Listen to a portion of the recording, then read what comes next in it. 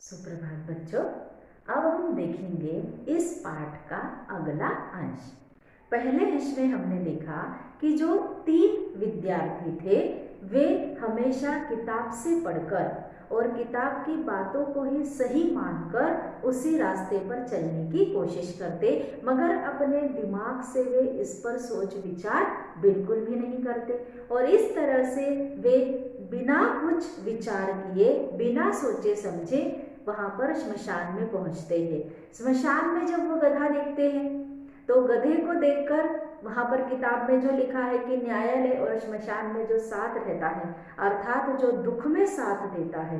अब किताब में जो वाक्य लिखे थे उसका मतलब क्या था कि जो दुख में साथ देता है, तकलीफों में जो साथ देता है, वही हमारा बंधु होता है।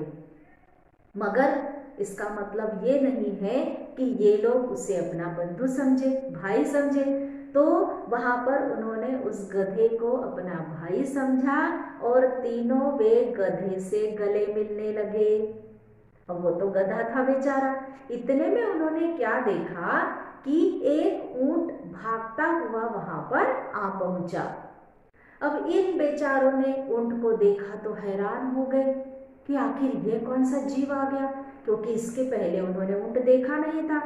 तो वे फिर से बड़ी मुश्किल में पड़ गए कि आखिर ये कौन आ गया यहाँ पर। उनमें से फिर एक ने पुस्तक में ढूंढा बच्चों और कहा, अरे मैं पहचान गया, यह तो धर्म है।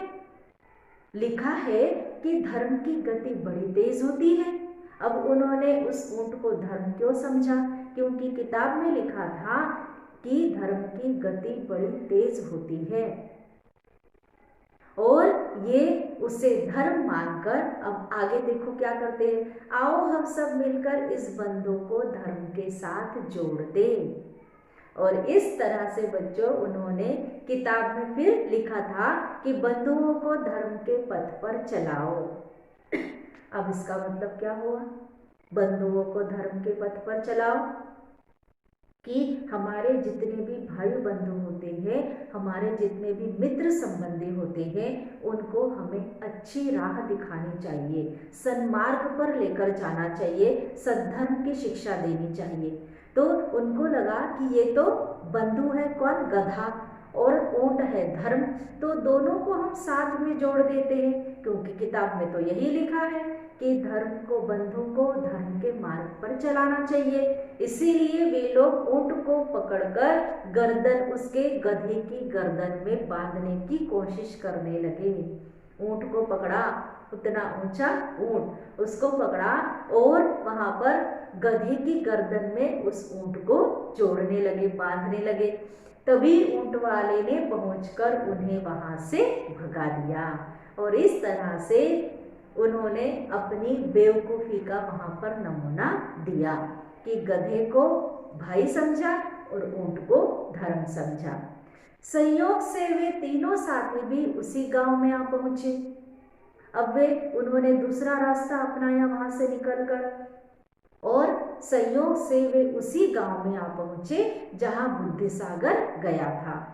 तीनों को जोरों से भूख लगी थी, बड़ी जोर से भूख लगी थी उनको, क्योंकि पैदल चलकर आ रहे थे। वे भोजन के प्रबंध की चिंता करने लगे।